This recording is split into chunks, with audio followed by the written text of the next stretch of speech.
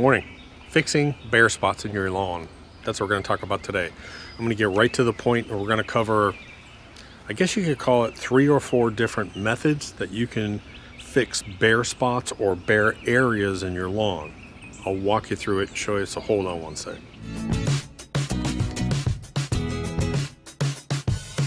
Hey guys, before I get started, don't forget, click that little red subscribe button. It's on one of these sides. Get the Bermuda Lawn Guide, which is free and walks you through the entire year process of maintaining your lawn and problems and questions that you might have. Use it, it's free. Don't forget also on the website while you're over there, sign up for the email list. It's not a marketing email list, but if you want to be involved with our giveaways, that's what we use as a random number generator. And we send out a newsletter twice a year with special information. So sign up for that while you're there. Okay, so let's talk about bare spots in our lawn. So I've got that problem lawn that we're working on across the street. I'm going to go over there and I'm going to show you how we kind of work this, and I'll show you some areas of my lawn. If you've done any sand leveling, or if you're doing leveling, you'll have this issue come up as well, because you'll have some areas that are really full of sand, and the Bermuda's not going to want to go in there. So understand the way that Bermuda grows. First of all, Bermuda roots are really deep. Your Bermuda lawn roots can be an easy 20 to 48 inches deep. Bermuda roots are really, really deep. It's a lot different than a cool season lawn. And the way that Bermuda grows is it basically has runners. So you have these runners. Now there's rhizomes and stolons. It's under the ground, it's a rhizome, and then above the ground it's called a stolon. And so they sort of creep. And if you have flower beds, you'll understand how much of a pain in the butt this is. Bermuda's really evasive. Matter of fact, it's outlawed in some areas because it's so invasive. So if you can encourage your Bermuda to go into these areas, that's one way to do it, and we'll talk about that. That's method number 1. So method number 1, if you have a bare area, is let's get that area, let's make it really attractive to Bermuda, and let's allow the Bermuda that's around it to create runners and go into that area. Now I've done that thousands of times. I've just made bare areas healthy, made it attractive, and the Bermuda just boom wants to go right in. So that's method 1. The other method that you can do, or a combination of that, is to make it attractive and then steal some of these little stolons, steal some of the runners, and transplant them into that area, and then they'll start to grow out. So that's kind of method number 2, is taking some of these runners and transplanting them in. Now you're going to have to keep them watered. I'm going to tell you that. You need to keep those watered. Number 3, which is kind of a last resort, and I'm going to give you a caveat before we go here. This is your warning. You have to watch the seeding videos that we've done explaining the difference between common Bermuda and hybrid Bermuda. You don't go down to Lowe's or Home Depot, whatever you do, and do not buy that Bermuda seed. Don't go online and order Bermuda seed without understanding the difference between the varieties of Bermudas, because it'll look totally messed up.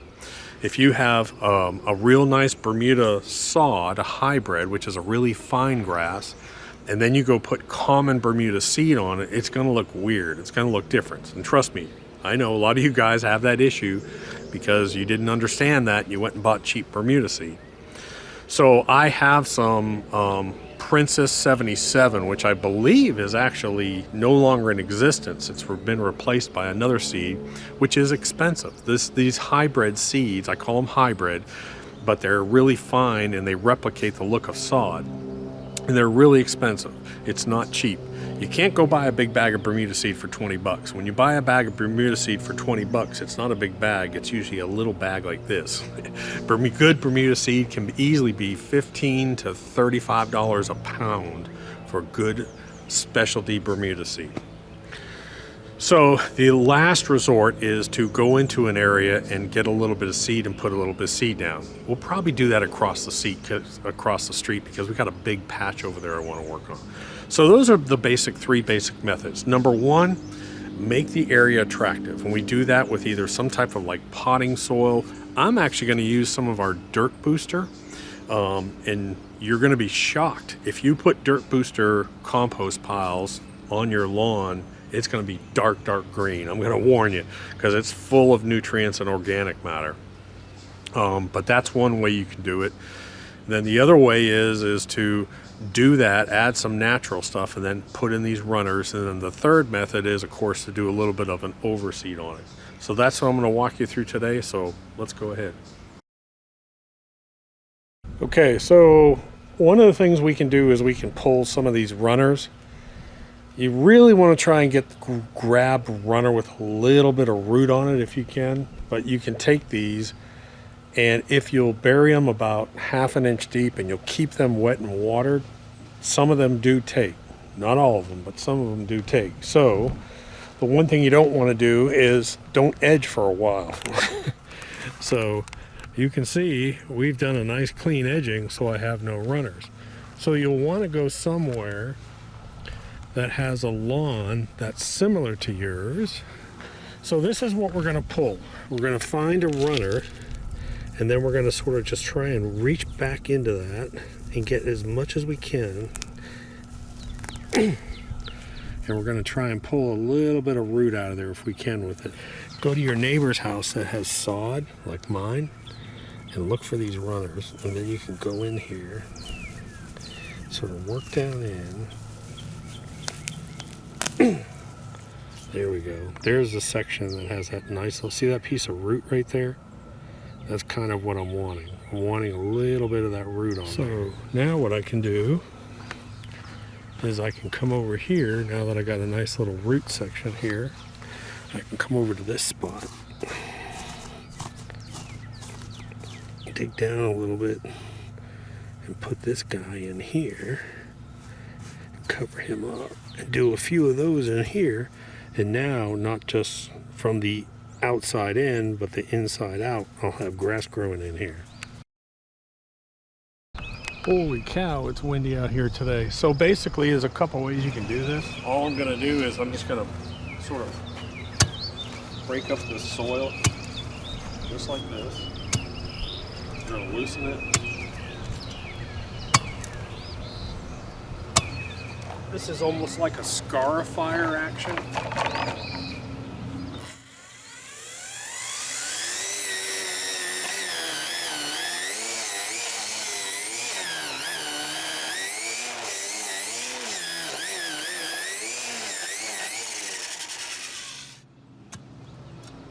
Really bend that shovel back and get it to, there you go. So what we're doing is we're just loosening this whole area up. That'll be step number one. That'll get lots of drainage and allow the other things that we're putting in here to sort of get deep down. And again, oxygen, water, everything we want. All right, so now that we've got this opened up, one thing that we could do if we wanted to, and just take these little stolons and actually just go in here and push these in. Just like that. Get them in deep. Same thing, get these things in deep. Push these down inside here. What I'm going to do is I'm going to put down some PGF Balance 10-10-10, and I have found that the balance really encourages this growth, this runner shoot growth.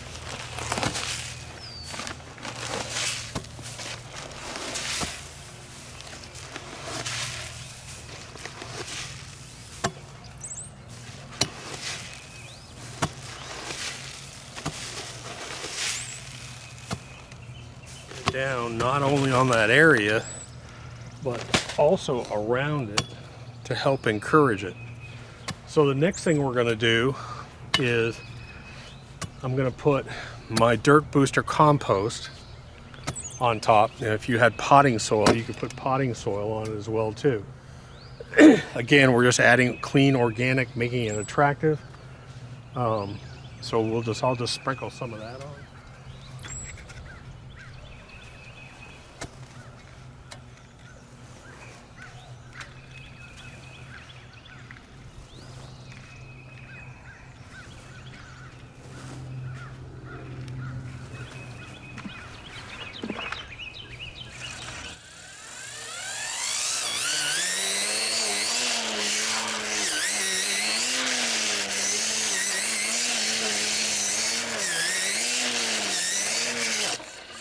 What I'm going to do is I'm actually going to take a little bit of seed and put some seed on this. In a minute, I'm going to take you out back on the backyard and show you where we use this Princess or whatever you want to use. It just takes a little bit, not much.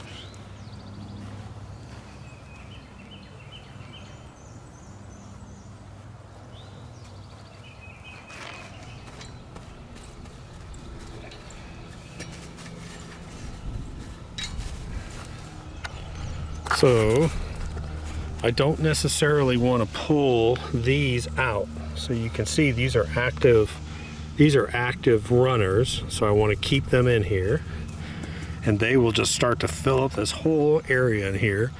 If you do seed like we just did, if you have irrigation, you can water, the seed will come up in about 10 days. Looks pretty good, huh? Man, that lawn looks great. Considering we just had it sand leveled just a couple of weeks ago, but Ryan just came out here and cut this, and man, we're cutting it just about ½ an inch, and it just looks fabulous out here. So let's talk real quick about special circumstances. Number one, let's talk about shade. I always joke that there's only one type of Bermuda that will grow in shade, and it's called chainsaw Bermuda. Google it. You take a chainsaw and cut down the trees that are blocking the sunlight, and your Bermuda will grow. That's the joke. People are Googling chainsaw Bermuda. But Bermuda has to have minimum 6, if not more. It needs a full 8 hours of sun. A full 8 hours of sun to grow well. Okay, so let me give you an example. Look at all this shade over here. And it's only 4 o'clock in the afternoon. So this whole area is hit by these trees over here. And what happens is, in the wintertime, the sun comes in at this angle. I don't know how to show you that. It comes in at this angle. And then as the summer comes, the earth rotates and it gets a little bit higher. So especially in the spring, this area just doesn't start off well at all. It almost looks bare. As the time progresses, it goes on, it gets better. But what I did the other day, we did an overseed with annual rye, and that annual rye had a bunch of weed seeds in it, like quackgrass and Johnson. I mean, it's just horrible. So I've been out here treating that, which means that it's impacting my Bermuda a little bit. So I decided, I had some Princess 77 left over from a year and a half ago. Let's put it out here. It's going to replicate pretty much my sod over here. So let's put some out and see if we can get it to grow. I don't know. And the reason being is we put some pre-emergent down here about a month and a half ago. I don't know that it's going to take. I don't know if the seed's good, but instead of throwing the seed out, I figured let's go ahead and do it here. So that's what I'm going to do. I'll put it up just for the hell of it, just to show you how I reseeded this area. Okay, so I want to be really careful here. You do not go down to Lowe's or Home Depot or go online and just order Bermuda seed. You have to buy a specialty seed to replicate sod. There's a big difference, and I explain that. Go look at my other videos about overseeding. I explain the difference. I explain the difference between common Bermuda grass and hybrid Bermuda grass in replicas. This is Princess 77, which I believe has been replaced by, I forget the name of it, but I have had this bag for over a year now, and I got to use it. So this overseeding project really hurt our Bermuda over here. The other issue I've got is I don't remember the last time we put down pre-emergent, to be honest. So I'm just gonna, I said what the heck, I'm gonna take what I've got. Instead of, throwing this away or something, I'm gonna take this bag of Princess, which costs a lot of money, because this is 2 pounds, and I'm guessing this stuff was probably like $25–30 a pound. And the only way to properly put out Bermuda seed, because it's so tiny, it looks like grains of salt, is to use a hand spreader that you can really control. That's the only way. You do not mix Bermuda seed with sand. I know a lot of people say that. Don't do that. Just take the seed, put it in a hand spreader. These things are cheap. You can buy them. And this one, I've had this one for like 3 years now, 4 years, 5 years now. It's still working. And I'm just going to put it down and I'm just going to throw it out. I don't expect it to take, but rather than throw it away, we'll see what happens. So you can see, you can probably see just how fine this is. It is super, super fine. Tiny, tiny, tiny seeds.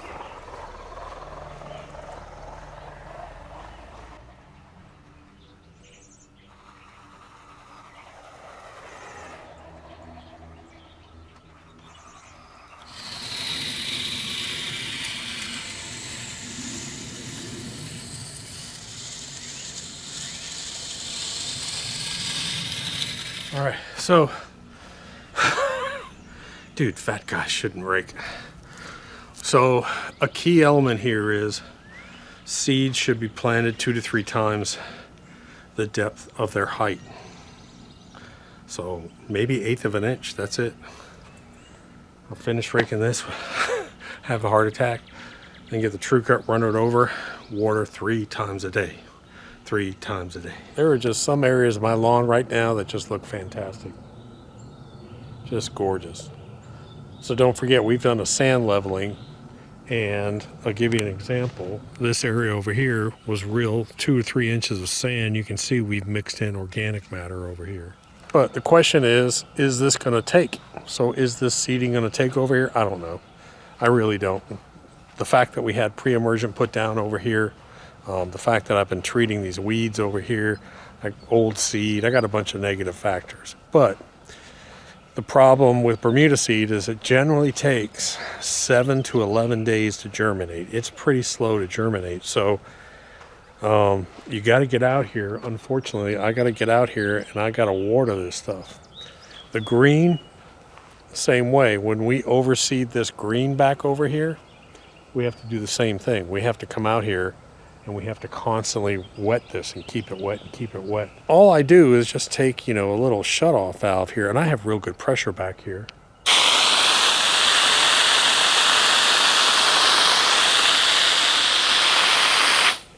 And one little trick I've learned is that right at sunset, if you'll come out here and if you'll water this right at sunset, early evening, that seed will stay wet all night long.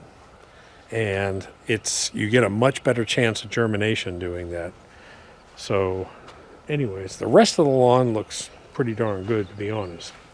So guys, treating your spots. Hope this helped. Talk to you later. Click subscribe. Dot.